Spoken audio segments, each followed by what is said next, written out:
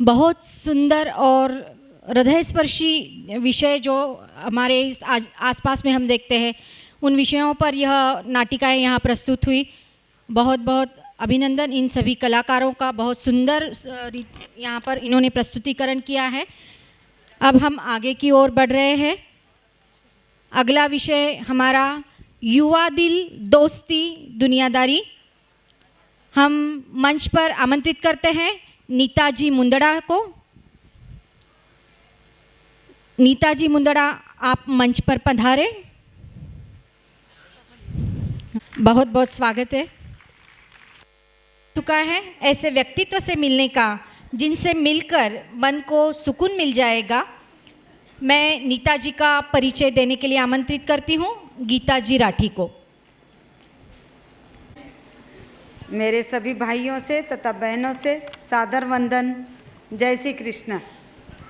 आज मैं आप सभी को अमरावती से पधारे नीताजी मुंदड़ा का संक्षिप्त में परिचय दे रही हूँ, जो हमें युवा दिल, दोस्ती, दुनियादारी इस विषय पर मार्गदर्शन करेंगे।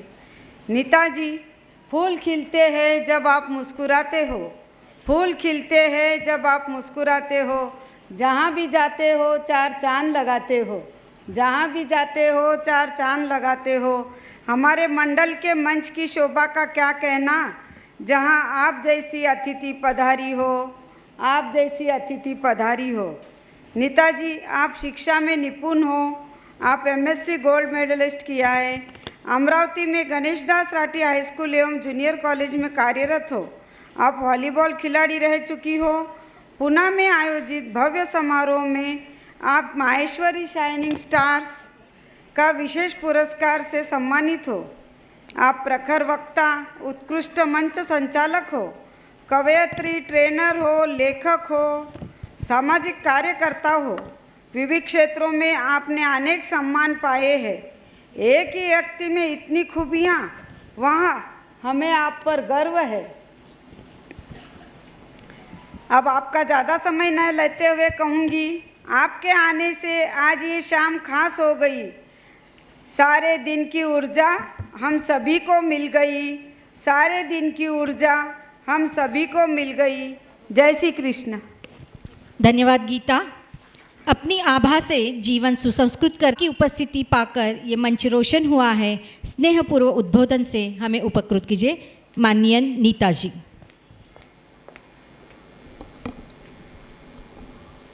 आप सभी से मेरा जय श्री कृष्ण।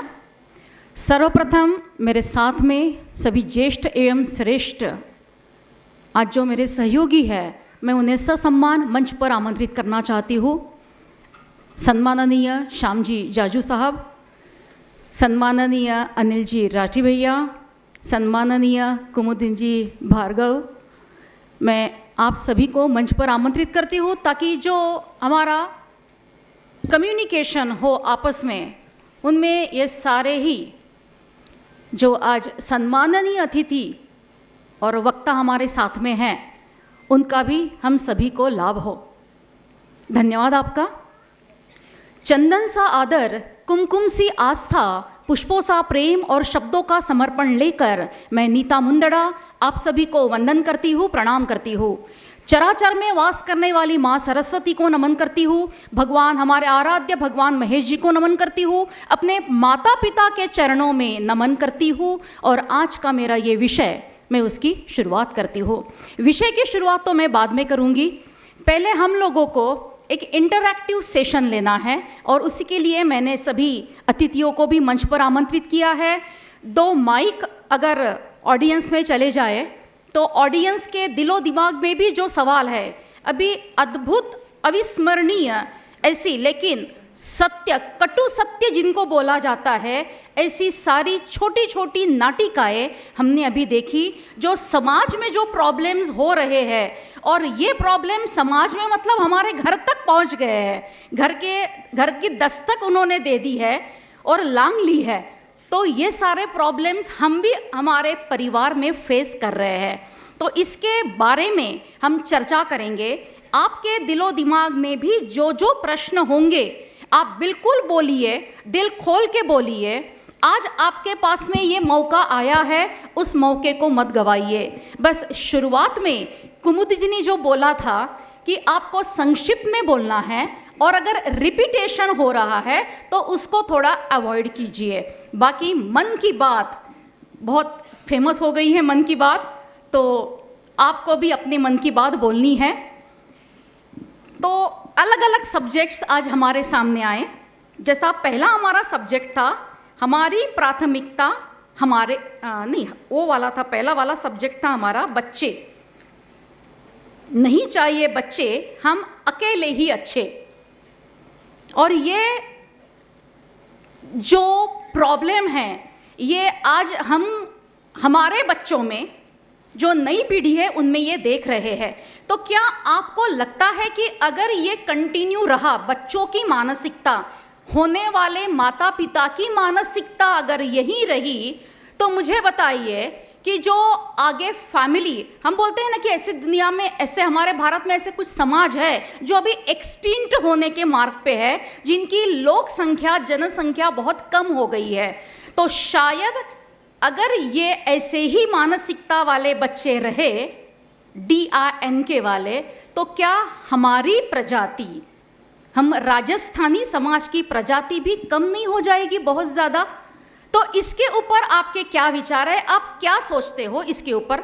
आप थोड़ा शुरू कीजिए और मैं चाहती हूँ कि आप बिल्कुल बोलिए।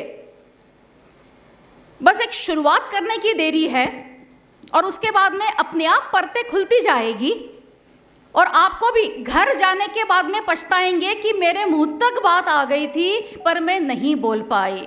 तो फिर पछताए क्या होत जब चिड़िया चुग गई खेत। तो आज बोलना है, अभी बोलना है। शुरुआत जो करेगा उसके लिए तालियां डबल बजाई जाएगी, क्योंकि इनिशिएटिव लेना ये सबसे महत्वपूर्ण है ना, है ना। कहते हैं ना कि हम जहां खड़े होते हैं वहीं से क्या शुरू होती है, लाइन शुरू हो जाती है। तो कौन बोलेगा सबसे पहले इस विषय पर? यस, बहुत बढ़िया भाई, तालियां बजाने के लिए बोला था हमने कि हम डबल तालियां बजाएंगे।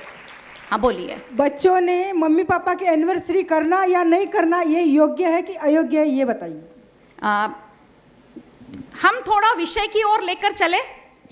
पहले हम सभी सब्जेक्ट को लेंगे, पर जैसा अभी मैंने एक सब्जेक्ट बोला है आपको कि आज की नई पीढ़ी बच्चों को जन्म देना नहीं चाहती, तो उनके पीछे उनकी मानसिकता तो हमने यहाँ सुन ली, पर आपके मन में शायद और कुछ अलग विचार हो सकते हैं ना इसके बारे में।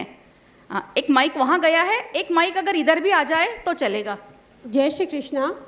सही बात है, आजकल बच्चे पढ़ाई के लिए बहुत जोर दे रहे हैं, करियर बनाना। और जैसे हर घर में होता है, माता पिता के मतलब छोटे मोटे झगड़े हर घर में होते हैं, सास बहू के वगैरह, तो बच्चों की मेंटालिटी ऐसी हो गई है कि हम शादी ही नहीं करेंगे, बच्चे ही नहीं करेंगे, तो ऐसे किरकिर हमारे पीछे होगी ही नहीं। तो इस समस्या का समाधान कैसे करें, हम बच्चों को कैसे समझाएं कि नहीं बेटा, ये हर घर में होता है, हर एक की प्रॉब्लम है, पर इससे लड़ना कैसे है, ये थोड़ा बता दे तो बहुत अच्छा होगा।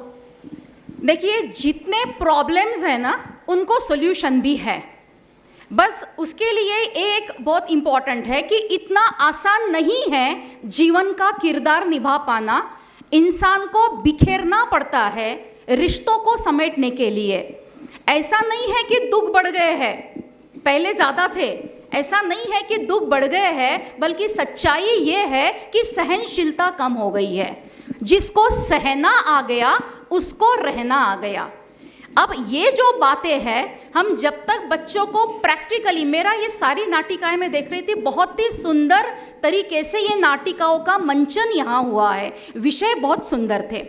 मेरा एक बात मेरे दिलो दिमाग में आ रही थी कि हम बड़े बच्चों के सामने जो एग्जाम्पल स्थापित करते हैं, बच्चे वो नहीं करते जो हम कहते हैं, बच्चे वो करते हैं जो हम करते हैं।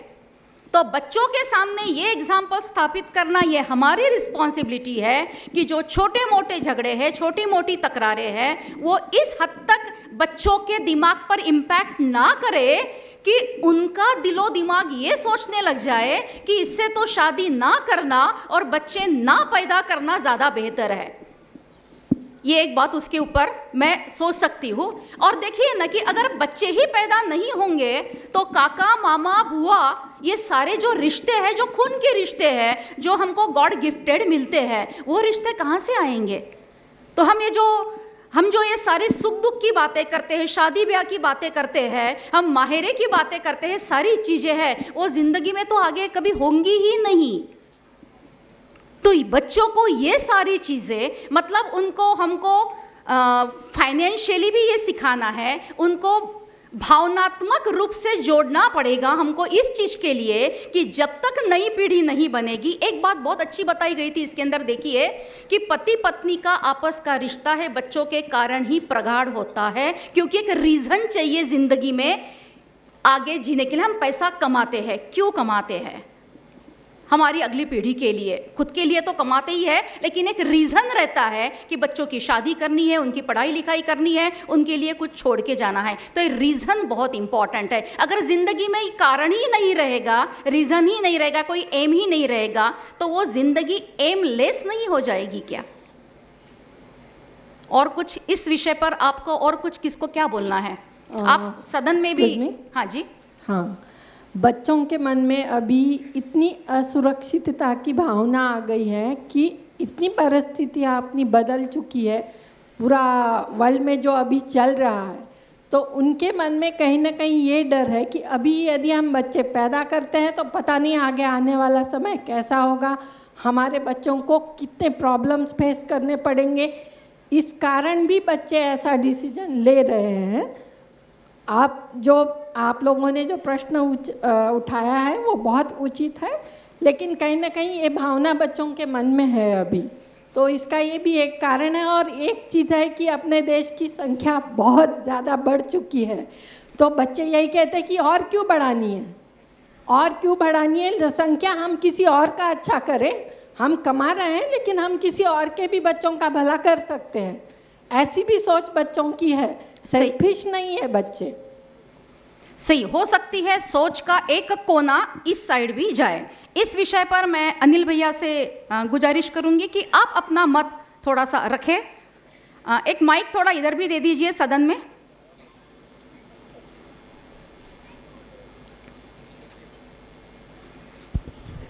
देखिए, बच्चों में आपने असुरक्षितता की बात की। सबसे इम्पोर्टेंट बात है, अगर हमको अच्छी ज़िंदगी जीना है ना तो दो ही बातों की ज़रूरत पड़ती है। सबसे पहला है उसमें आत्मविश्वास, दूसरा है सकारात्मक सोच। और इन दोनों चीज़ों का संस्कार हमारी ओर से नहीं हुआ, इसलिए बच्चे आज असुरक्षित महसूस कर रहे हैं। मैं छोटा सा एग्जाम्पल दूँ और बात को क्लियर करूँ। हमारे घर में छोटा बच्चा है, 2, 4, 5 साल का है, बाजू में कोई खिड़की है और वो खिड़की पे चढ़ना चाहता है। हमारे मुंह से क्या शब्द निकलेंगे? चढ़ना मत, गिर जाएगा, गिर जाएगा। ये निगेटिविटी किसने दी? फिर वो गिर जाता है और फिर उसके दिमाग में आता है कि यस मम्मा सही बोल रही थी, मैं गिर गया। हमारे घर में गेस्ट आते हैं, वो पानी का ग्लास ले जाना चाहता है, लेकिन हम सोचते कि श्याम भैया आए, स्टील के ग्लास से काम थोड़ी चलेगा। श्याम भैया आए तो 10,000 रुपये वाली क्रोकरी, तो 1,000 रुपये वाला ग्लास, और फिर वो फूट गया तो सेट बिगड़ जाएगा। हम फिर बच्चे को मना करते हैं, फिर भी बच्चा जिद करता है, रोता है, वो ग्लास लेके जाता है। उसके मन में सबकॉन्शियस माइंड में ये बात डाली, यहाँ आके पानी गिराता है, इनके कपड़े भी गीले करता है, आपका ग्लास भी फोड़ दिया। फिर उसके दिमाग में फिट होती है बात कि मम्मा सही बोल रही थी। और ये फेल्यूर का जो सिलसिला यहाँ से शुरू होता है। अगर कोई बच्चा सुसाइड करता है, अगर कोई बच्चा डिप्रेशन में जाता है, वो उसकी गलती नहीं है, उसके माँ बाप की गलती है। तो माताओं को समझना चाहिए, पिताओं को समझना चाहिए कि उनका कॉन्फिडेंस कैसे बढ़ाएं। रही बात जनसंख्या बढ़ने की, आपके एक के रोकने से रुकेगा नहीं। जब संबंध नहीं रहेगा, तीन सुख होते हैं। मैं कंटिन्यू करूं? 3 सुख होते हैं जिंदगी में। पहला सुख होता है स्वास्थ्य सुख, प्रथम सुख निरोगी काया, दूसरा सुख होता है संबंध सुख, और तीसरा होता है संपत्ति सुख। अब 3 सुखों में अगर कैलकुलेशन किया जाए तो स्वास्थ्य सुख, हम खुद मेहनत करेंगे, सवेरे उठ के प्राणायाम करेंगे, योगा करेंगे, सूर्य नमस्कार करेंगे, जॉगिंग रनिंग जो भी करेंगे, उसका फायदा सिर्फ हमको होगा। संपत्ति ये कब आएगी कब जाएगी मालूम नहीं, लेकिन संबंध सुख ये ऐसा सुख है, आपके पास आपका स्वास्थ्य अच्छा नहीं रहे, लेकिन आपके पास आपका पैसा नहीं रहे, लेकिन आपके रिलेशन अगर स्ट्रांग है तो सब चीज़ों का आनंद आप ले सकते हो। दुनिया का सबसे गरीब इंसान कौन? दुनिया का सबसे गरीब इंसान वो जिसके आवाज़ देने पर 800 करोड़ की जनता में 8 लोग इकट्ठा नहीं होते, वो दुनिया का सबसे बड़ा गरीब इंसान। तो हमको इकट्ठा क्या करना है? हमको इकट्ठा करना है वो 8 लोग, हमको इकट्ठा करना है वो संबंध, हमको क्रिएट करना है वो संबंध, वो भाव। तो वो भाव जब हमारे दिल में आएगा तो ये प्रश्न सारे ऑटोमेटिक मिट जाएंगे। घर में बच्चे को कभी आपने प्यार नहीं किया, आपका बच्चा वही सोचता है क्योंकि उसको प्यार नहीं मिला। दूसरी बात मैं और बता दूं, हमारे बच्चों को बचपन में जितना स्पर्श हम करेंगे, बड़ा होने के बाद 18 साल तक ये चलता है, ये कम्युनिकेशन जो है स्पर्श वाला 18 साल तक चलता है। 18 साल तक आपने अगर भरपूर उसको स्पर्श किया हो तो 18 साल के बाद बाहर के स्पर्श की ज़रूरत नहीं पड़ती।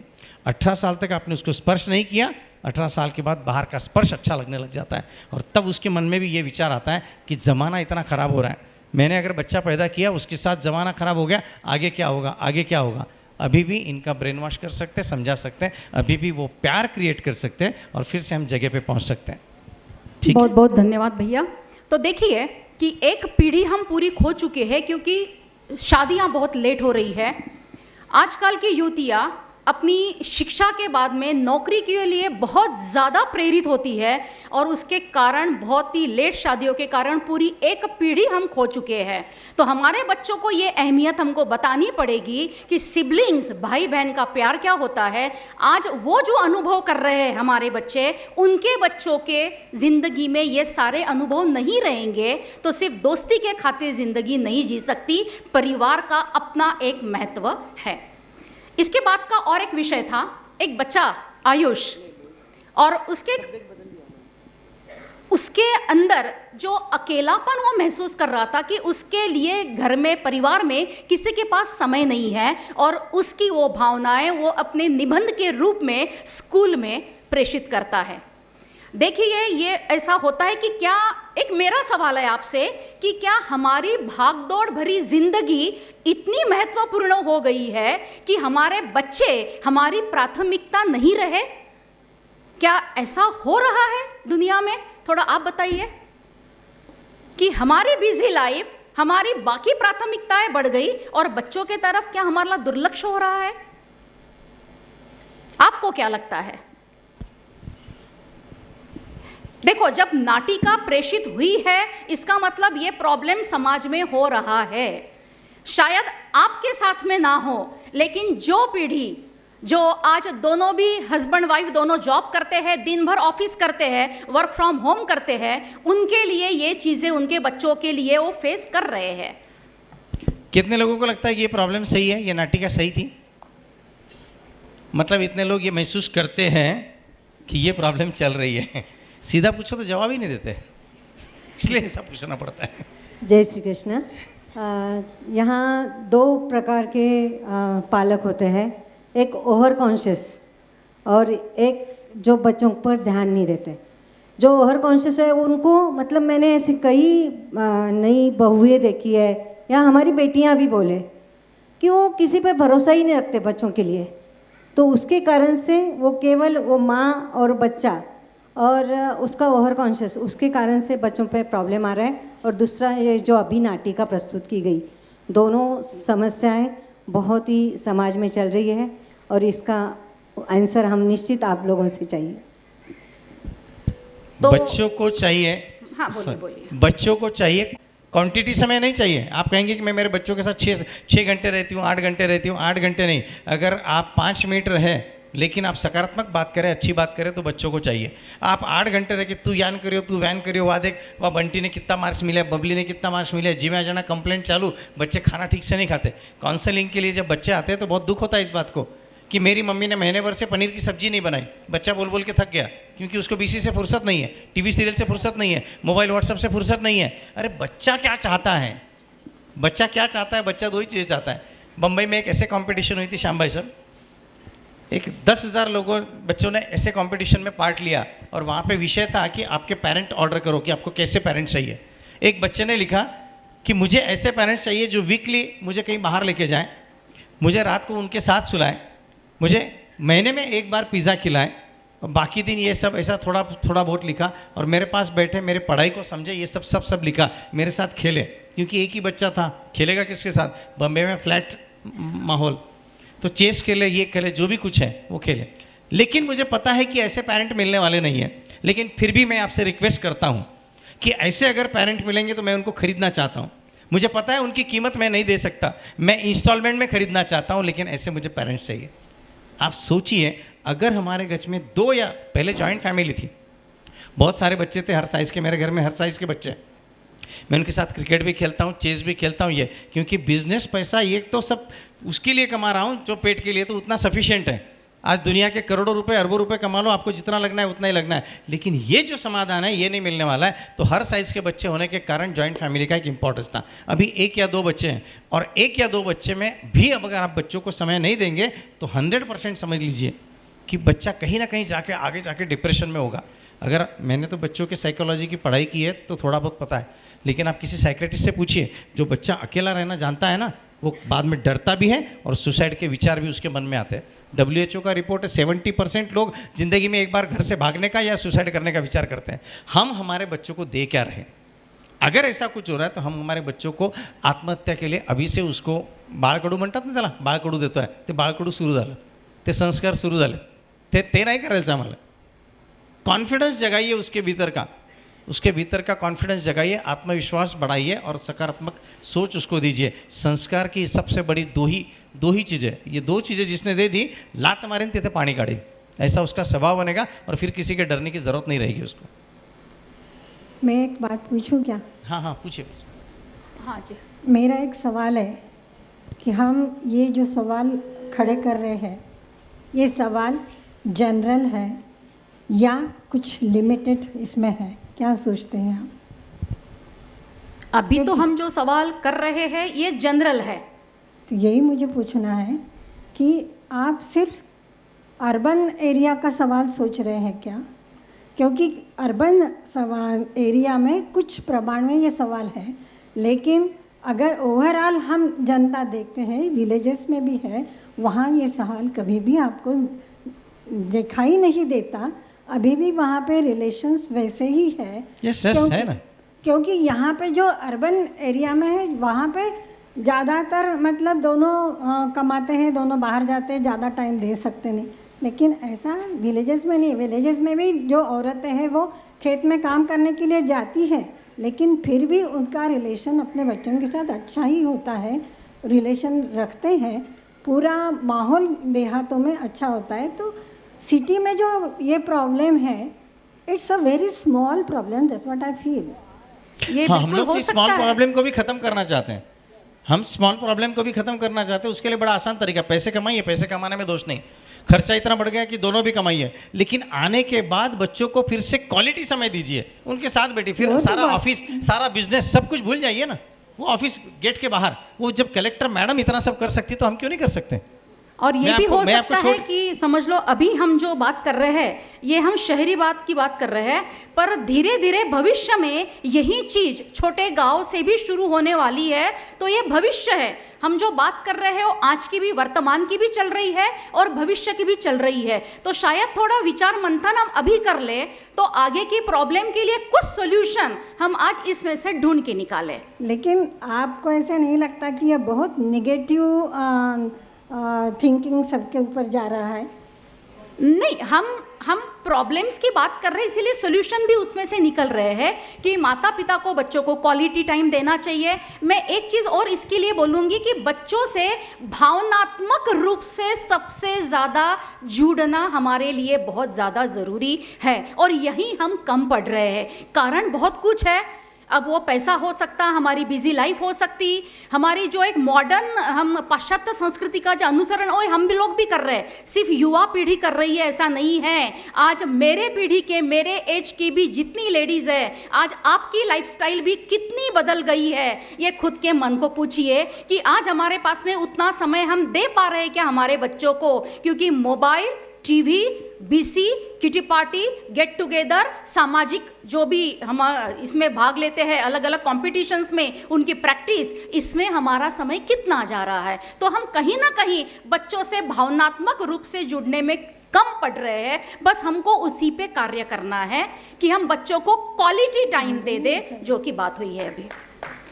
नहीं, मुझे ऐसा नहीं लगता। अगर आप जनरल ऑब्जर्वेशन करते हैं और सर्वे करते हैं तो only hardly 1% you can see ये बहुत ज़्यादा प्रमाण में है ऐसा मुझे नहीं हो लगता। सकता है आपका अनुभव बहुत ज़्यादा है हमसे, तो आपने जो देखा ये आपकी भी मतलब जो दृष्टिकोण है बिल्कुल ही सही है, और हम जो बात कर रहे हैं वो भविष्य के प्रॉब्लम की बात अभी कर रहे हैं। माता जी ने जो बोला, ऐसी अगर स्थिति है तो बहुत अच्छा और आनंददायी विषय है, पर मैं बैठे बैठे मेरे मन से पूछ रहा हूँ, एक 15 साल पहले समाज में जितने विघटन होते थे, डाइवोर्स होते थे, और आज कितने हो रहे हैं।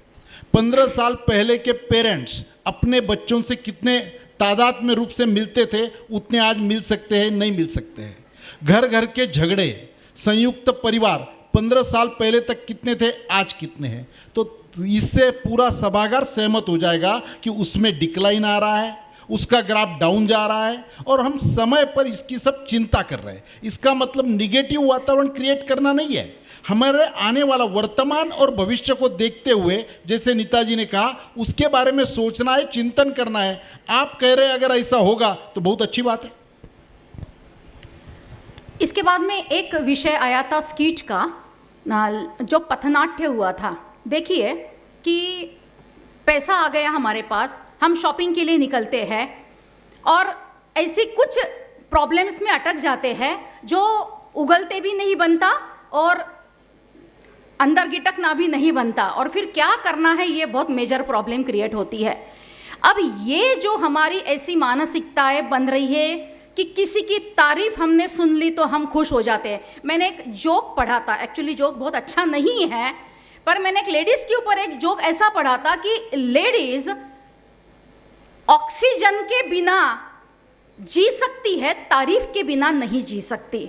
ये कोई बहुत अच्छी बात नहीं लगी मुझे बिल्कुल, पर ये देखो रियलिटी है। हाँ, ये हो रहा है। आज जो छोटा सा एग्जाम्पल देखा हमने, ये हो रहा है। अब जो हम हमारी पीढ़ी को, हमारे नई बहुओं को, नई बेटियों को हम जो संस्कार दे रहे हैं या हमारे बच्चों को संस्कार दे रहे हैं, तो एक विषय ऐसा भी है कि क्या संस्कार दिए बिना सुविधाएं देना, संस्कार दिए बिना सुविधाएं देना पतन का कारण है क्या? बिल्कुल सही है ना? सुविधाएं तो हम सब दे रहे हैं क्योंकि कमाई, पैसे का जरिया बहुत जगह बढ़ गया है, लेकिन हम उतने संस्कार देने में हम क्यों कम पड़ रहे हैं, इसका विचार मंथन है। और इसके बारे में मैं कुमुदिनी भार्गव, इन्हें अपने विचार 2 शब्दों में मतलब यहाँ प्रेषित करने के लिए मैं उन्हें आवाज़ देती हूँ। बहुत अच्छी चर्चा चल रही है, अपने अपने मंतव्य सभी बता रहे हैं। संस्कारों की बात या कुछ भी जो अभी तक के वक्ताओं ने बोली है कि जैसे हमारा बर्ताव रहता है वो सही सही बच्चे उठाते हैं, ये बात सही है। अभी जी को जो एक ज्वलंत प्रश्न उस नाटिका में था, उसमें बहुत से एंगल थे, यानी कि एक तो हास्य, भाष्य, स्पर्श, यह एक 6 सेंस जो महिला को रहता है उसका संपूर्ण उपयोग लड़कियों ने और महिलाओं ने करना चाहिए। अगर हम छोटे हैं और कोई 70 साल का आदमी हमारे पास में बैठा है, उसका हमारे सर पर से फिरने वाला हाथ स्नेह का है या और अन्य कोई है, ये हमें समझने की बात है। और इतनी काबिलियत महिलाओं में रहती है, लड़कियों में रहती है, उसका पूर्ण उपयोग करना चाहिए।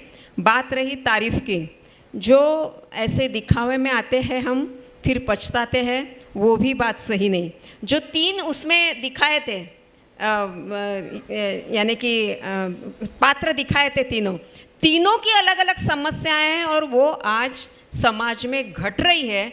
तो सजगता लाना ये अत्यंत महत्वपूर्ण है, और कोई हमें सजग करे तो उसकी तरफ ध्यान देना। बहुत मैं दुख के साथ कह रही हूँ कि 31 दिसंबर को एक लड़की होटल में बैठी है, गलत लड़के के साथ बैठी है, किसी भले आदमी ने देखा है, सत्य घटना बोल रही हूँ मैं, उन्होंने उनके माता पिता को फ़ोन करके बोला है कि आपकी लड़की घर में नहीं है क्या, वो फला फला के साथ वहाँ बैठी है। तो माता पिता ने झट से उठकर पहले बच्ची की बेडरूम देखनी चाहिए थी, लेकिन उसने उल्टा उसको कहा थाना माँ का घर की पंचायत काई करो, माँ की छोरी माँ काट सुती है, जबकि लड़की वहाँ थी। अगर ये कोऑर्डिनेशन हम नहीं करते तो फिर ऐसी नाटिकाएँ प्रस्तुत करने के लिए लड़कियाँ मजबूर हो जाती कि ये है ऐसा, और हमें उन्हें ठीक करना चाहिए। और बार बार यही है कि आज कम घट रही है, कल ज़्यादा होंगे, उसके पहले हमें संवर जाना चाहिए। बिल्कुल बात सही है कि आज़ाद रहो अपने विचारों से, आज़ाद रहो अपने विचारों से, लेकिन बंधे रहो अपने संस्कारों से, ये बहुत ज़्यादा ज़रूरी है। मैं सदन में से आप किसी भी बहनों को इस विषय पर अपने विचार रखने के लिए भी आमंत्रित करती हूँ कि कृपया आप भी बोले। पीछे जो मेरी बहनें बैठी है, कृपया आप भी अपने विचार इसके ऊपर रखें। जय श्री कृष्ण। हाँ जी।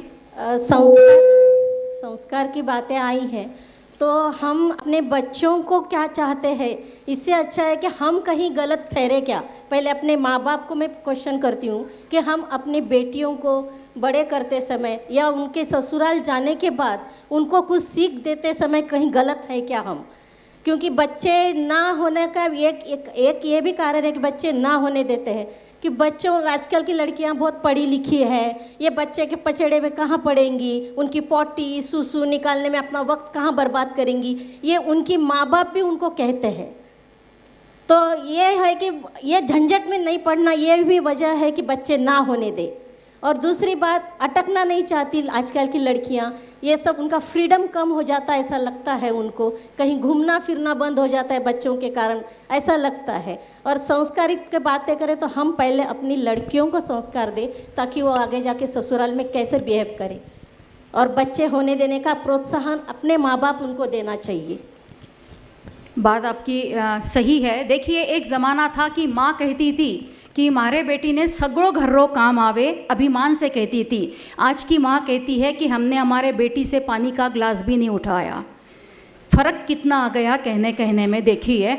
और देखिए कैसा होता है ना कि एक माँ को ये नहीं पता कि भले ही खुद के घर की रसोई की सब्जी जल रही हो चलेगा, लेकिन बेटी के घर में क्या सब्जी बन रही है ये उसको पता होना बहुत ज़्यादा ज़रूरी है। तो गलतियां हैं, हमारी भी गलतियां हैं। हमें पहले हमारे अंदर एक आत्मचिंतन, आत्ममंथन करने की ज़रूरत है, और फिर वैसी ही बातें हमारे बच्चों को सिखाने की भी उतनी ही ज़रूरत है। एक विषय इसके ऊपर और चल रहा था हमारे इसमें, व्यसनाधीनता। लास्ट में एक जो सब्जेक्ट चला था कि बच्चे व्यसनाधीन हो जाते हैं। व्यसनाधीन होने के बहुत से कारण हैं। कम उम्र, अपने दोस्तों का इम्पैक्ट जो हमने देखा कि जिसको एक पीर प्रेशर बोला जाता है, कि आसपास में जो चीज़ें हो रही है बच्चे उसके तरफ अट्रैक्ट हो जाते हैं। कहीं कहीं कोई अकेलापन महसूस कर रहा है, उसके कारण भी ये हो सकता है। और लाइफ इतनी एडवांस हो गई है, पाश्चात्य संस्कृति का अंधानुकरण हम जो कर रहे हैं, इसके कारण भी इन चीज़ों के तरफ हमारी नई पीढ़ी अट्रैक्ट हो रही है। और एक चीज़, मैं जिस स्कूल कॉलेज में पढ़ाती हूँ, नियर अबाउट 2 से 2.5 हज़ार टीन एजर्स बच्चे हमेशा मैं देखती हूँ। और वहाँ जो बच्चे आते हैं वो थोड़े लोअर मिडिल क्लास वहाँ के बच्चे आते हैं मेरे इसमें। तो वहाँ 100% में से 70% बच्चों के घर में उनके पापा, काका, मामा, चाचा यही गुटखा, पान, खर्रा और शराब खाते पीते हैं, और बच्चों को टपरी पे भी भेजते हैं कि लेके आ जा करके। अब बताइए, अगर घर से ही ऐसे संस्कार है तो बच्चे के मन में कौतूहल नहीं आएगा कि भाई मेरे पापा, मेरे चाचा, मेरे मामा अगर खा पी रहे हैं तो कोई गलत चीज़ नहीं होगी ना, क्योंकि वो तो उनको ही अपना रोल मॉडल समझते हैं। और धीरे धीरे शुरुआत वहीं से हो रही है। तो कहीं ना कहीं तो ये हमको भी, ठीक है हम ये ऊपरी तौर पे ना करें, पर हम किस किस चीज़ के एडिक्ट है, अगर ये हम भी थोड़ा आत्मचिंतन कर ले तो बच्चों के ऊपर उसका क्या इफ़ेक्ट हो रहा है ये हमें भी समझ में आ जाएगा। मैं श्याम जी, जाजू भाई साहब, इनको भी थोड़ा अनुरोध करूंगी कि अपने भी विचार सदन के सामने रखें।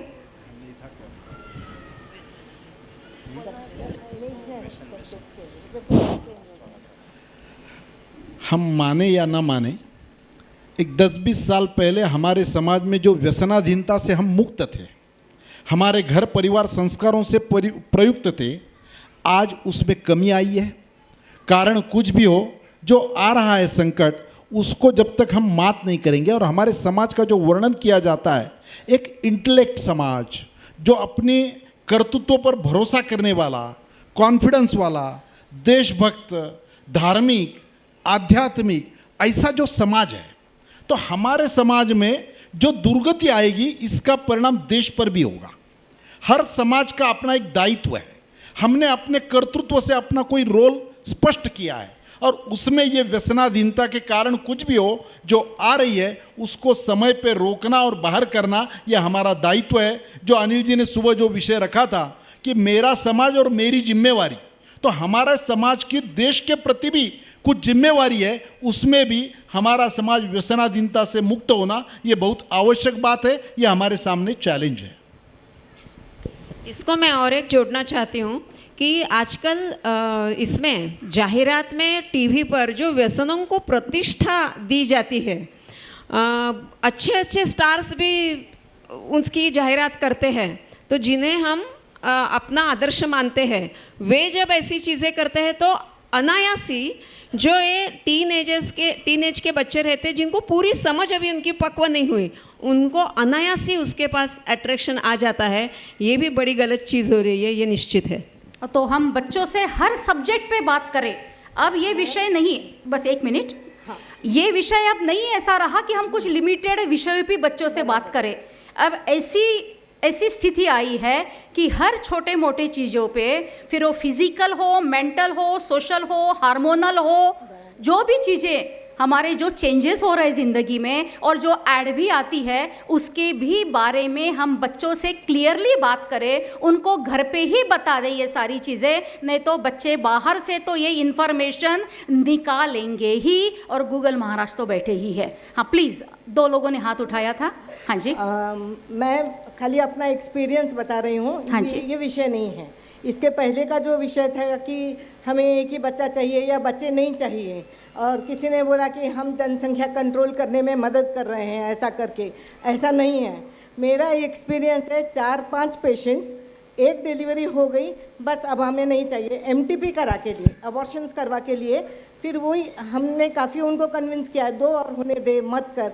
फिर 8-10 साल के बाद आए कि नहीं अब हमको इनफर्टिलिटी ट्रीटमेंट चाहिए, बच्चा होना है। तो क्यों होना है ये सीख उन्हें किसने दी? उसके बच्चे ने, कि मम्मा मुझे मेरा अपना भाई या बहन एक सिबलिंग चाहिए ही, आप पैदा करो। तो ये अभी जो नई जनरेशन काफ़ी लड़कियां सोच रही हैं कि एक ही चाहिए, तो 2 तो चाहिए। जब माँ बाप नहीं रहेंगे, जब आप भी एजेड हो जाएंगे, तो नज़दीक का भाव आप किसके साथ शेयर करेंगे? फ्रेंड्स हैं, कजिन्स हैं, सब हैं।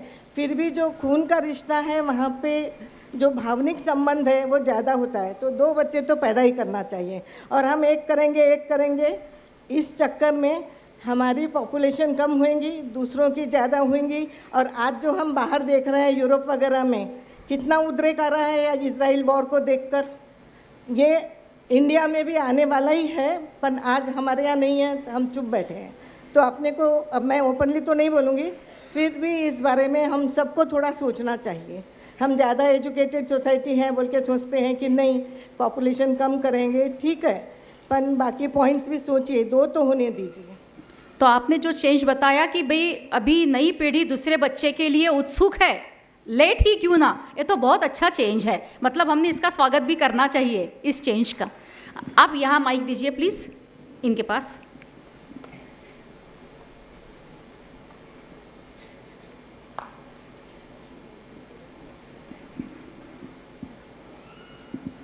अभी बच्चों का और व्यसनाधीनता का जो विषय था, तो मोबाइल या इंटरनेट इसके साथ में भी बच्चे बहुत जुड़ रहे हैं। बिल्कुल बचपन से ही हम, बच्चा जैसे ही पैदा होता है उसके हाथ में मोबाइल थोप रहे हैं।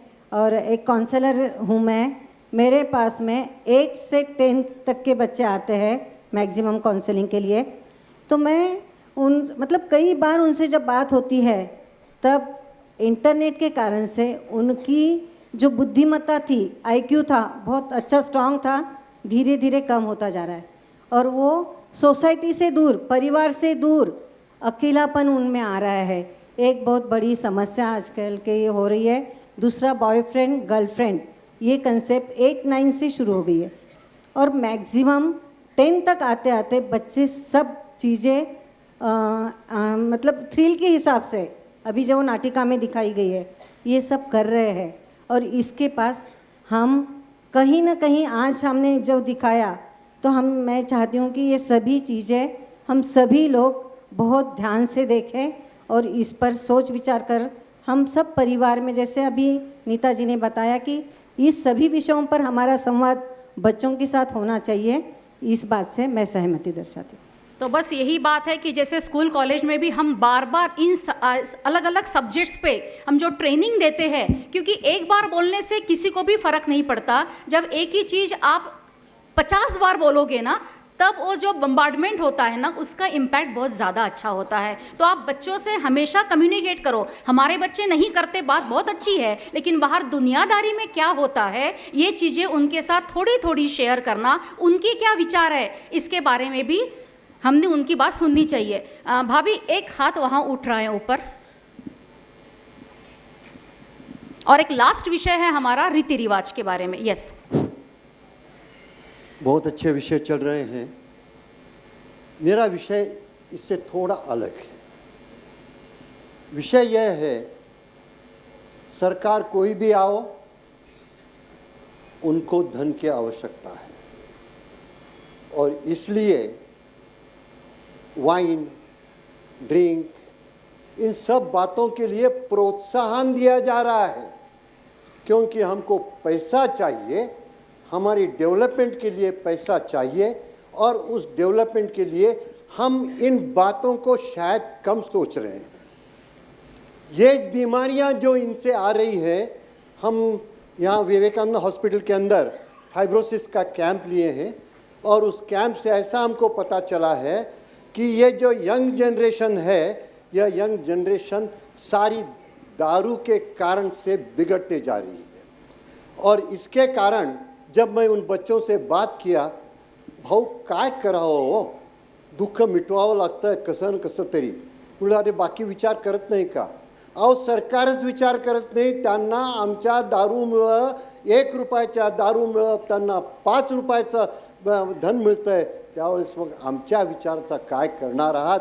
5 लाख नहीं, तुम्ही 10 लाख रुपए तुम्ही आम्हाला देताल, पण त्याचा उपयोग काय आहे इसके बारे में ज़रा अगर आप कहीं उच्च स्थान पर अगर इसका विचार कर सके। आज योगायोग से 2 पत्रकार भी आए हुए हैं, उन लोगों से भी मैं यह विनती करूंगा कि आप इस बात को किस तरह से निभा सकते हैं, या इन लोगों की हैबिट अगर आपको छुड़ाना है तो किस तरह से हैबिट छुड़ा सकते हैं, इसका भी विचार आपको करना पड़ेगा। बात बिल्कुल सही है और ये तो बात श्याम भाई साहब जी ऊपर तक लेके जा सकते हैं, है ना। तो वो हमारे दायरे के अंदर तो है ही नहीं, वो ज़रूर पहुंचा सकते हैं। जय श्री कृष्ण। जय श्री कृष्ण। बच्चों के गलत संगत की वजह से बच्चे बिगड़ रहे हैं, यहाँ तक ठीक है, लेकिन जब बच्चे बिगड़ गए हैं समझो, तो माता पिता क्या कर सकते हैं? बिल्कुल सही जवाब है कि माता पिता कभी कभी बहुत हताश हो जाते हैं इस मामले में कि बच्चे फिर उनकी नहीं सुनते। ये बात भी बिल्कुल सही है। ऐसे समय आपके आसपास कोई फैमिली मेम्बर, सबसे पहले तो कोई ऐसा कोई फैमिली मेम्बर है जो बच्चों से थोड़ा क्लोज है, आप उनसे बात कीजिए। नहीं बात बन रही है, कोई मेंटर है उनसे बात कीजिए, या फिर कोई काउंसलर है उनसे बात कीजिए। बात ज़्यादा बढ़ रही है तो आप कोई साइकियाट्रिस्ट जो है उनकी भी मदद ले सकते हैं। इस मामले में हिचकिचाना बिल्कुल भी नहीं चाहिए कि मेरी घर की बात मैं उस बंदे तक कैसे पहुंचाऊं। ये जो सारे प्रोफेशनल होते हैं ये कहीं भी आपकी बात ओपन नहीं करते। पहले आप अपनी लेवल पे कोशिश करें, नहीं होता है तो फिर आप इनकी मदद बिल्कुल ले सकते हैं, क्योंकि वो उस जिस तरह से वो बताएंगे शायद वो चीज़ें आप नहीं जानते या आप नहीं कर सकते हैं, हो सकता है ऐसा। जय श्री कृष्ण। मेरा सवाल ये है कि आजकल फैशन का दौर चला है, फैशन करना सबको अच्छा लगता है, लेकिन फैशन के नाम पे हम अपना तन कितना खुला रख रहे हैं ये हमारे समाज के किसी को ध्यान में नहीं आ रहा है। बिल्कुल सही इस पर आप क्या बोलेंगे? मुझे तो ऐसा कहना है कि जब छोटे बच्चों को तुम इतना ऐसे कपड़े पहनाते हो तो वो बड़ी होके भी वही पहनने वाली, और आजकल तो हमारे एज के भी सब चालू हो गए हैं। अच्छा, चालू तो चालू हो गए, फिर फेसबुक, ट्विटर और व्हाट्सएप पे और उसका जो फोटो पहले 2 एल्बम में रहती थी, अभी पूरा समाज देख रहा है। सोशल मीडिया इस पे आप सब बड़े लोगों को एक बार बोलो, सोशल मीडिया का इतना गलत यूज, हम बिल्कुल इतना सही है उनका सवाल जो है। मैं खुद भी देखती हूँ, बहुत लोगों के जो मैं स्टेटस देखती हूँ, या ऐसा लगता है कि ऐसे पिक्चर्स लोग क्यों अपलोड करते हैं जो हमारे बिल्कुल ही मतलब हस्बैंड वाइफ के या फैमिली के, जो हमारे ऐसे पल होते हैं कि जो लोगों के सामने बताने की बिल्कुल भी ज़रूरत नहीं होती। उस वक्त हम कहीं घूमने गए हैं, हम कैसे कपड़े पहनते हैं, हम कैसा बिहेवियर करते हैं, हम कैसी पोज देते हैं, और वो भी हम सारे अगर लोगों के सामने प्रेषित कर दे, तो फिर हम क्या संस्कारों की बातें कर रहे हैं। ये तो खुद की समझने की बात है कि हम इस आधुनिकता के दौर में खुद का कितना प्रेजेंटेशन लोगों के सामने किस तरह से करें, सिर्फ लोगों की वाहवाही। और देखिए, आपको इसमें अगर आप ऐसा कोई पोस्ट करते हो और आपको 10 लोग उसको लाइक करते हैं ना, तो हम अगर उसमें खुश होते हैं तो हमारे उस शिक्षा का कोई भी इम्पोर्टेंस नहीं है। अगर हमारी शिक्षा हमारे संस्कारों को मजबूत नहीं बनाती तो हमारे एजुकेशन का फ़ायदा ही क्या है फिर ऐसी शिक्षा का। तो ये हम पर निर्भर है पूरा कि हम अपना कंट्रोल अपने हाथ में रखें, ना कि दुनिया को दिखाने के लिए हम ऐसा कोई बिहेवियर करें। भाई, मेरा रिमोट कंट्रोल, मेरा मोबाइल मेरे हाथ में है, मैंने क्या पोस्ट करना चाहिए क्या नहीं करना चाहिए ये मेरी समझ है। और जब तक हमारी समझ मैच्योर नहीं होती तब तक तो फिर जो दुनिया कर रही है, उन्होंने एक फ़ोटो पोस्ट किया, मैं 10 कर रही हूँ, उनको 50 लाइक्स आ गए, मुझे 1000 आने चाहिए, ये कंपटीशन है।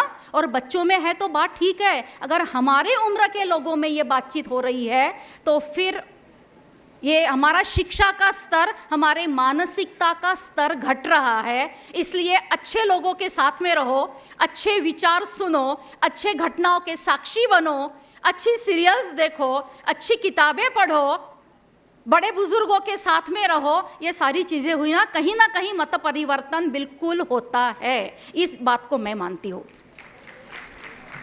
और एक लास्ट हमारा एक सब्जेक्ट था रीति रिवाज और त्यौहार, कि रीति रिवाज हमने क्यों रीति रिवाज मनाने चाहिए, और नए पीढ़ी को इन रीति रिवाजों का साइंटिफिक कारण बताए तो बच्चे उस रीति रिवाजों को करना चाहते हैं और उनकी इच्छा भी है। Yes please. आजकल के बच्चों को ऐसा लगता है कि मम्मी पापा जो कहते हैं हाँ। वो सही नहीं है। यस। और जो स्कूल के टीचर्स कहते हैं वही सही है। बिल्कुल सही बात है। पर मम्मी पापा को भी मतलब बच्चे समझना चाहिए ना कि बाबा कि मम्मी पापा जो कहते हैं वो भी सही है बोल के। देखो, 2 कहावतें हैं, एक घर की मुर्गी दाल बराबर एक वाला, और दूसरा रोज मरे ताला कौन रड़े। बच्चों को वही जो हम हिदायतें देते हैं ना, बच्चों को वो बोर हो जाती है। बच्चे सीधा बोलते कि आपका लेक्चर मत शुरू कीजिए अब, ये बिल्कुल लाइन है। और टीचर जो होते हैं ना, टीचर का इम्पैक्ट एक रोल मॉडल करके होता है। अगर प्रॉपर गुरु और प्रॉपर टीचर मिल जाए ना तो बच्चों की ज़िंदगी बन जाती है। तो आपको हर बार लेक्चर मोड में उनको भाषण नहीं देना है। अगर आप लेक्चर मोड में दोगे ना तो बच्चे बोर हो जाएंगे आपसे, ये बिल्कुल सही है।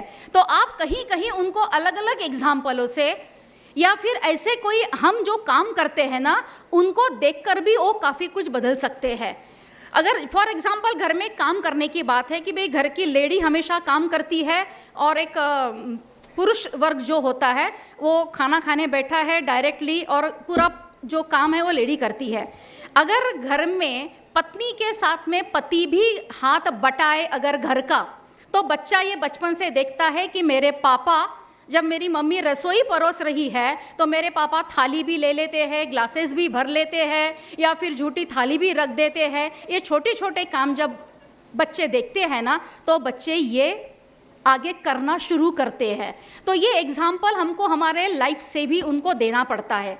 इसलिए हर बार हमारा लेक्चर मोड काम नहीं आता, ये उतनी ही बात सही है। अगर आप में से कोई अपने विचार इसके बारे में, तो इस विषय पर चलो ठीक है, एक लास्ट क्वेश्चन आ जाए प्लीज़।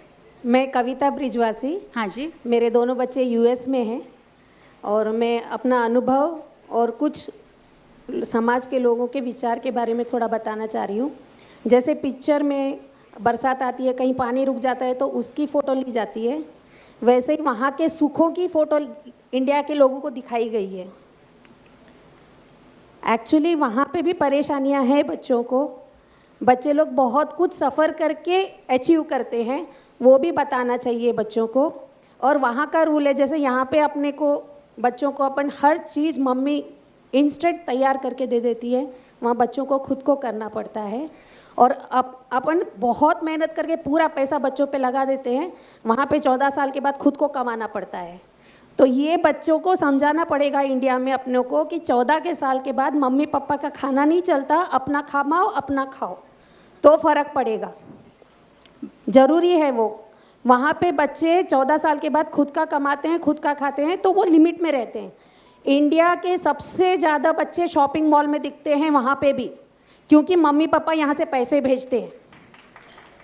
लिटरली अपने खुद के घर से शुरू कीजिए ना, अपने बच्चों को कम पैसे दीजिए, कम खर्चा कीजिए, उनको बोलिए खुद मेहनत कीजिए, खुद कमाइए, खुद खाइए, इसका बहुत फर्क पड़ेगा। बिल्कुल आपकी बात 100% सही है।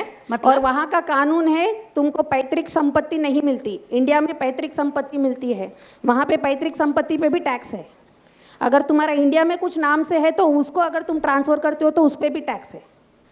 तो ये कानून भी सिखाइए इंडिया में कि विदेश में ऐसे कानून है, अगर इंडिया में लागू हो गए तो तुम्हारी हालत क्या होती। तुमको दादा परदादा की कमाई मिल रही है तो तुम लोग ऐश कर रहे हो और मस्ती कर रहे हो, फैक्ट ये है। दूसरी एक बात मैं बताना चाहती हूँ, मैं जहाँ भी मैं 2 व्हीलर ज़्यादा चलाती हूँ, मुझे कहीं भी लड़का लड़की दिखे, मैं गाड़ी रोकती हूँ, लड़का लड़की के फ़ोटो लेती हूँ, उनको धमकाती हूँ, लड़की को उसके घर पहुँचाती हूँ। रिसेंटली 3 लड़कियों को एक ही लड़के ने गबन किया था, एक लड़की को पकड़ी तो तीनों लड़की हाथ में आई, तीनों को घर पहुँचाया मैंने। 3 दिन पहले की बात है, एक लड़का लड़की जा रहे थे, मैंने रोका उनको, लड़का गाड़ी बहुत फास्ट चलाया, सिद्धेश्वर तक गाड़ी भगाया, मैंने गाड़ी उसके पीछे भगाई जब तक लड़की नहीं छोड़ा है उसने मुझे। लड़की को फिर वापस लेके उसके घर पहुंचा के आई हूँ। अगर ऐसे हर समाज के लोग कहीं लड़का लड़की दिखे, डरिए मत, कुछ नहीं होता, पुलिस आपका साथ देगी, उनका नहीं। फ़ोटो खींचिए, लड़की को घर पहुंचाइए। सही बात है, जो चेंजेस करना है, क्रांति की शुरुआत अपने अंतर्मन से। कहते हैं ना कि जब तक हमारे उंगली पे कुमकुम नहीं लगेगा तो दूसरों के ललाट पर हम तिलक कैसे लगाएंगे। तो पहले शुरुआत खुद के पास से करनी पड़ती है। तो आपने सभी लोगों ने बहुत अच्छा पार्टिसिपेट किया, मैं सभी का धन्यवाद देती हूँ। और आइए थोड़ा मैं अपने विषय की ओर शुरुआत करती हूँ। युवा दिल, दोस्ती और दुनियादारी। मुझे किसी ने पूछा कि तुम्हें राजस्थानी होने का इतना गर्व क्यों है, क्या तुम्हारे अंदर खून अलग बहता है जो आम लोगों से अलग है? मैंने बोला बिल्कुल भी नहीं, मेरे भी अंदर वही लाल रंग का ही खून बहता है, पर मैं राजस्थानी होने का गर्व महसूस करती हूँ क्योंकि मैं राजस्थानी हूँ, इसीलिए बचपन से धर्म और संस्कृति से जुड़ी हुई हूँ। मैं राजस्थानी हूँ इसीलिए मैं शाकाहारी हूँ। मैं राजस्थानी हूँ इसीलिए जीव हत्या से बचने का प्रयास करती हूँ। मैं राजस्थानी हूँ इसीलिए स्वच्छता और सात्विकता का ध्यान रखती हूँ। मैं राजस्थानी हूँ इसीलिए ये सारे संस्कार मुझे अपने परिवार से मिले हैं और इसका मुझे बहुत बहुत ज़्यादा अभिमान है। आज का युवा जो इन सब धर्मों को नहीं मानता, उनके लिए ये बात मैं कहना चाहती हूँ कि हमने इस धर्म में, इस समाज में जन्म लिया है ना, इसकी जो इम्पोर्टेंस है, इसकी जो महत्ता है ना, वो धीरे धीरे उम्र के साथ में आपको समझ में आ जाएगी कि हमारा रहन सहन, हमारा आचार विचार, हमारे खान पान, हमारे तीज त्योहार, हमारी पारिवारिकता, हमारा समर्पण, ये जो सारी चीज़ें हमारे समाज में है ना, ये शायद आपको कहीं इतनी शिद्दत से और कहीं देखने को ना मिले। स्वामी विवेकानंदांच्या स्वप्नातला युवक कसा असावा, सब्जेक्ट मेरा वो है ना कि युवक। स्वामी विवेकानंदांच्या स्वप्नातील युवक कसा असावा? चेहऱ्यावर तेज आहे, देहामध्ये शक्ती आहे, मनामध्ये उत्साह आहे, बुद्धीमध्ये विवेक आहे, हृदयामध्ये करुणा आहे, मातृभूमीवर प्रेम आहे. हृदयामध्ये करुणा आहे, मातृभूमीवर प्रेम आहे, इंद्रियांवर संयम आहे, मन ज्याचे स्थिर आहे, इच्छाशक्ती प्रबळ आहे, धाडसाचे बळ आहे, सिंहासारखा निर्भय आहे.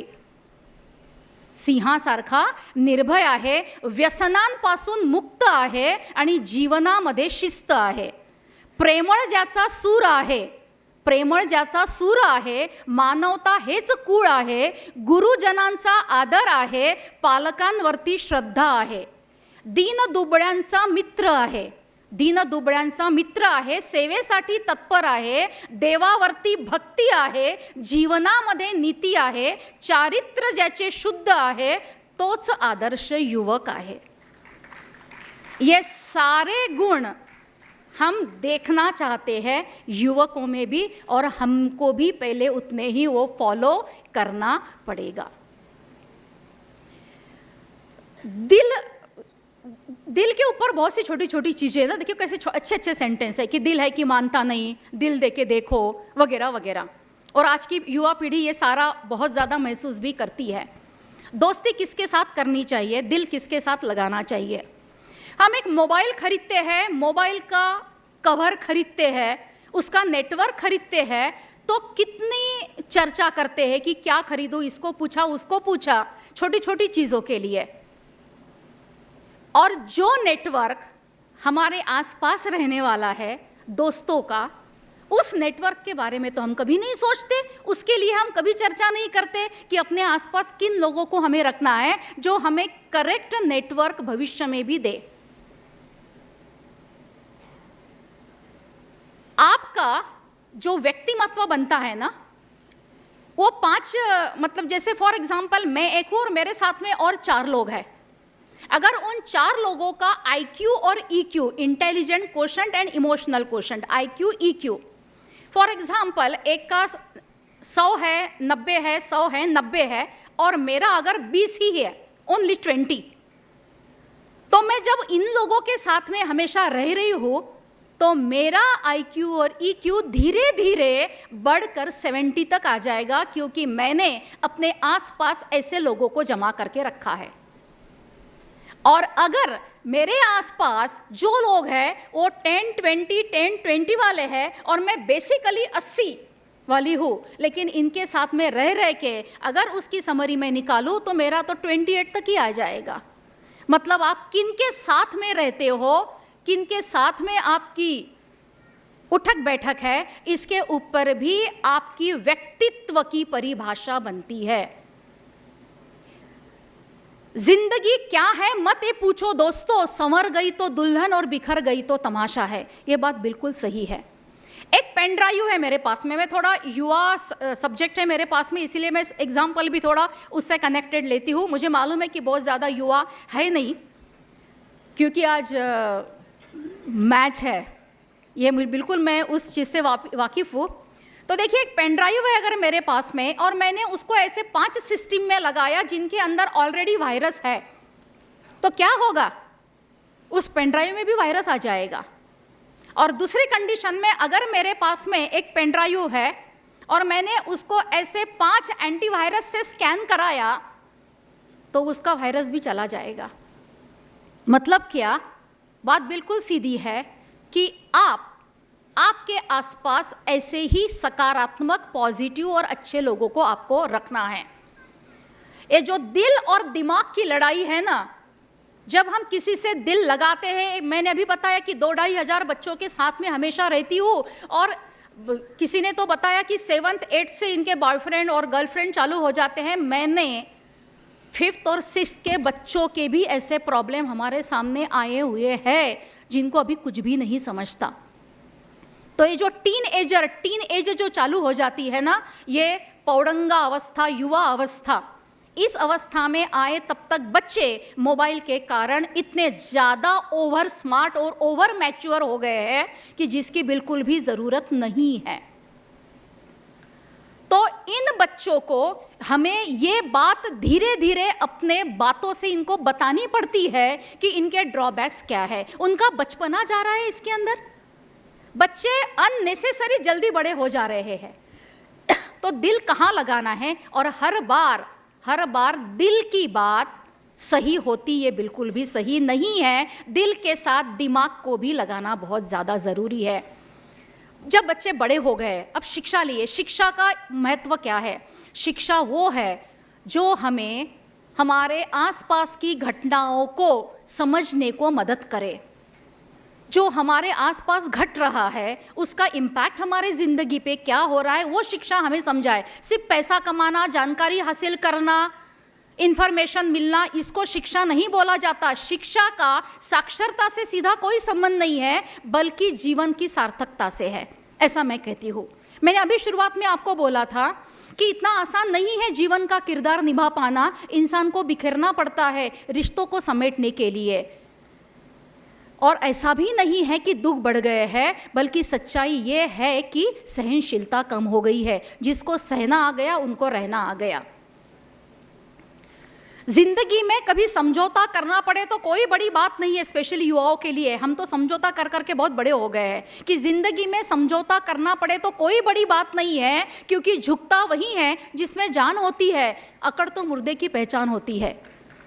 जिंदगी जीने के दो तरीके होते हैं। पहला, जो पसंद है उसे हासिल करना सीख लो। जो पसंद है, यानी तुम्हारे अंदर इतनी काबिलियत पैदा करो कि जो पसंद है उसे हासिल करना सीख लो। और दूसरा, जो हासिल है उसे पसंद करना सीख लो, क्योंकि एडजस्टमेंट ज़िंदगी में बहुत ज़्यादा ज़रूरी है। पति पत्नी के बीच में अब आपकी ज़िंदगी में अगर कोई पार्टनर आ गया है तो जो हासिल हो गया उसको पसंद करना सीख लो। ये यूनिवर्सिटी की कागज़ की डिग्रियाँ हमारे ज़िंदगी में, हमारे पारिवारिक जीवन में काम नहीं आती। आप भले ही इन डिग्रियों के भरोसे कितना पैसा कमा लो, लेकिन उन पैसे से जो रोटी कमाई जाती है और जो रोटी सुख शांति समाधान से खाई जाती है, उसके लिए परिवार होना बहुत ज़्यादा ज़रूरी है। तो फिर वो एक डेफिनेशन आ जाती है। देखिए ना, ये जो हम बात करते हैं युवा दिल की और जिम्मेदारियाँ, बच्चों के ऊपर जिम्मेदारी डालना, जो अभी भाभी ने बताया था कि जिम्मेदारी डालना बहुत ज़्यादा ज़रूरी है। एक एग्जाम्पल से मैं अपनी बात को कहना चाहूँगी कि देखो, दो पीढ़ी होती है। प्रेशर कुकर में हम खाना पकाते हैं। प्रेशर कुकर का जो खाना है वो बहुत जल्दी बनता है, और वही खाना जब हम कोई पतीले में बनाते हैं तो रस बचकर जो खाना बना जाता है ना, उसका जो स्वाद होता है वो इस प्रेशर कुकर के खाने में से बहुत ज़्यादा इधर खाना होता है, क्योंकि प्रेशर कुकर अधीरता का प्रतीक है, और तपेले में जो रच कर खाना जो बना है ना, वो धैर्य का प्रतीक है। और यही धैर्य हमारे युवा पीढ़ी में पेशेंस बनाना हमारे लिए बहुत ज़्यादा ज़रूरी है। युवा पीढ़ी और बड़ी पीढ़ी, इन दोनों में आपसी में तालमेल होना भी बहुत ज़्यादा ज़रूरी है। एक एग्जाम्पल से ये भी बात समझाना चाहूँगी कि देखिए, सबको तुम्हाला सगळ्यांना साबणाचं एक्झाम्पल एकदम सोपं जाईल समजायला, की साबणाची जी वडी असते, समजा ती वडी आपली आता घासून घासून संपली आहे, तर तिचा शेवटचा तुकडा राहतो। समजा तो शेवटचा तुकडा आपण नवीन साबणाच्या वडीला लावला तर काय होईल, तो जास्त चालेल। पण त्यासाठी मात्र जुन्या साबणाला स्वतःचा आकार सोडून नव्या साबणाला स्वतःला नव्या साबणाला सोपवावं लागेल, आणि नव्या साबणाला त्याला स्वीकारावं लागेल। जेव्हा या दोघांचा मेळ होईल तेव्हा मात्र ती साबण जास्त चालेल। जुनी पिढी आणि नवीन पिढी यांचं समन्वय दाखवणारं हे एक एग्जाम्पल। बहुत सी चीज़ें ऐसी है जो हमें ये दुनियादारी बच्चों को सिखाना बहुत ज़्यादा ज़रूरी है। देखिए ना, हम तो आम इंसान हैं। तपस्या अगर पार्वती की थी तो प्रतीक्षा तो शिवजी की भी रही होगी। आंखों में आंसू सीता के थे तो तड़प तो राम की भी रही होगी। राधा कृष्ण को पा न सकी तो अधूरे तो कृष्ण भी रहे होंगे ना। तो जीवन जब भगवान के लिए सरल नहीं था तो फिर हम मनुष्य के लिए सरल कैसे? ये बात जब तक हमारी ये नई पीढ़ी नहीं समझ में पाएगी, तब तक कहाँ दिल लगाना है, किससे दोस्ती करना है और दुनियादारी में कैसे आना है, क्योंकि किस धर्म, जाति और संस्कार के साथ में हम जुड़े हुए हैं, हमारे घर में आने वाली वो नई बहू या फिर लड़की जिसको भी चूज़ करेगी, उसके साथ में हमारा उतना मेंटल अटैचमेंट, हमारा भावनिक अटैचमेंट, हमारी रहन सहन उतनी जुड़ती है क्या? क्योंकि ये 2 दिन का आकर्षण या शारीरिक जो आकर्षण होता है ये ज़िंदगी भर काम नहीं आता। उसके लिए आपको खुद की काफ़ी चीज़ें, ये मैं आपको क्या बताऊँ कि इतनी एडजस्टमेंट करनी पड़ती है, ये आपको भी पता है और मुझे भी पता है। और इसीलिए ये समझ लीजिए कि आपको अपने माँ बाप, देखिए ब्रेन और दिल, हार्ट और दिल, इन दोनों की ही जब लड़ाई होती है ना, तो बहुत बार अपने दिमाग की इसलिए सुनिए क्योंकि दिमाग आपको बहुत जगह सही आपको सलाह देगा। और एक लास्ट बात मैं बताना चाहूँगी आपको कि युवा पीढ़ी को स्पेशली, कि ये ज़िंदगी आपकी नहीं है। अभी जो ज़िंदगी आप जी रहे हैं वो आपकी नहीं है। क्यों? क्योंकि इस दुनिया में आप माता पिता के कारण आए। इस दुनिया में लाने के बाद में उन्होंने आपको कितनी सुख सुविधाएं दी। वो अच्छे स्कूल में पढ़े लिखे हो या नहीं, लेकिन आपको अच्छी स्कूल, आपको अच्छा कोचिंग, आपको सारी सुविधाएं उन्होंने दी। आपके जन्मदिन पर नए नए तोहफे दिए, हर त्यौहार को आपके लिए कुछ तो भी गिफ्ट लाए। और ये सब करते हुए उन्होंने कभी नहीं सोचा कि भविष्य में आप उनके सपनों पे खरे उतरेंगे कि नहीं। आपके मम्मी ने आपके लिए रात रात भर जागी, आपके गंदे कपड़े धोए, आपकी चिंता में आंसू बहाए। आपके पापा जब शॉप से या ऑफिस से आए तो आपके लिए घोड़ा बने, आप उनके कंधे पर लद कर घूमते रहे पूरे घर में। आपने जो जो फरमाइश की उन्होंने अपने क्षमता के अनुसार पूरी करने की कोशिश भी की होगी, बिल्कुल की होगी। आपकी सुख सुविधाओं के लिए उन्होंने पूरे जतन किए। आपका झुंझलाना बर्दाश्त किया, आपका देर रात तक मोबाइल टीवी देखना बर्दाश्त किया, आपके ऊंचे सुर में जवाब भी सहन कर लिए। आपके मम्मी ने आपके एक कहने पर आपको जो डिश पसंद है वो बनाई, कभी नहीं बोला कि मैं थक गई हूँ। पिता से झूठ बोल के मम्मी ने आपको कभी कभी चुपके से पैसे भी दे दिए होंगे, पापा से झूठ भी बोला होगा। और धीरे धीरे ये सारे जतन करते करते एक दिन आप बड़े हो गए। अब आपके मम्मी पापा चाहते हैं कि आप अपनी जिम्मेदारी समझ ले, आप अपनी योग्यताओं के साथ में न्याय करें, आपको सारा यश, कीर्ति, पैसा सब कुछ मिले, आप उनकी उम्मीदों पे खरे उतरे। वो सिर्फ इतना महसूस करना चाहते हैं कि जब आप रास्ते से चले तो लोग कहें कि देखो इनका बच्चा, उसने कितनी ऊंचाई हासिल की है, फला फला का बच्चा आज कितना नाम रोशन कर रहा है। बस वो अपने सीने में वो गर्व लाना चाहते हैं। बचपन से लेकर बड़े होने तक आपके लिए माता पिता, दादा दादी, चाचा चाची, जिन्होंने भी जो भी योगदान दिया है, आपका रोम रोम उनके कर्ज में डूबा हुआ है। अब आपकी जिम्मेदारी है कि आप उनके संस्कारों को लोग सराहे, ऐसा काम करें। आप ये मत सोचे कि उन्होंने आपके लिए क्या किया, आप ये सोचे कि आप उनके लिए अब क्या करने वाले हो। और जब आप उनके सीने में गर्व ला दे, आत्मिक संतुष्टि ला दे, तब आप आपकी ज़िंदगी अपने तरह से जीना शुरू कर सकते हैं। तब तक आपकी ज़िंदगी उनकी अमानत है और अमानत को सहज कर रखा जाता है, संजो कर रखा जाता है। तो बच्चों, जो नई पीढ़ी मेरे सामने बैठी है, कि आप ये सारी चीज़ें समझे। बहुत से टॉपिक हमारे नाटिका में कवर हो गए थे, इसीलिए मैंने उनको वापस से नहीं लिया है। आज मुझे यहाँ बुलाया, आप सभी के साथ में कम्युनिकेशन करने का, इंटरेक्शन करने का मौका दिया। बहुत सुंदर प्रोग्राम यहाँ आयोजन हुआ, शुरुआत से लेकर अंत तक बहुत ही बढ़िया, 1 नंबर प्रोग्राम आज का ये अधिवेशन हुआ है। मैं दिल से शुक्रिया करती हूँ आप सभी का कि आपने यहाँ आमंत्रित करके ये सम्मान दिलाया है। धन्यवाद। जय महेश। हेलो।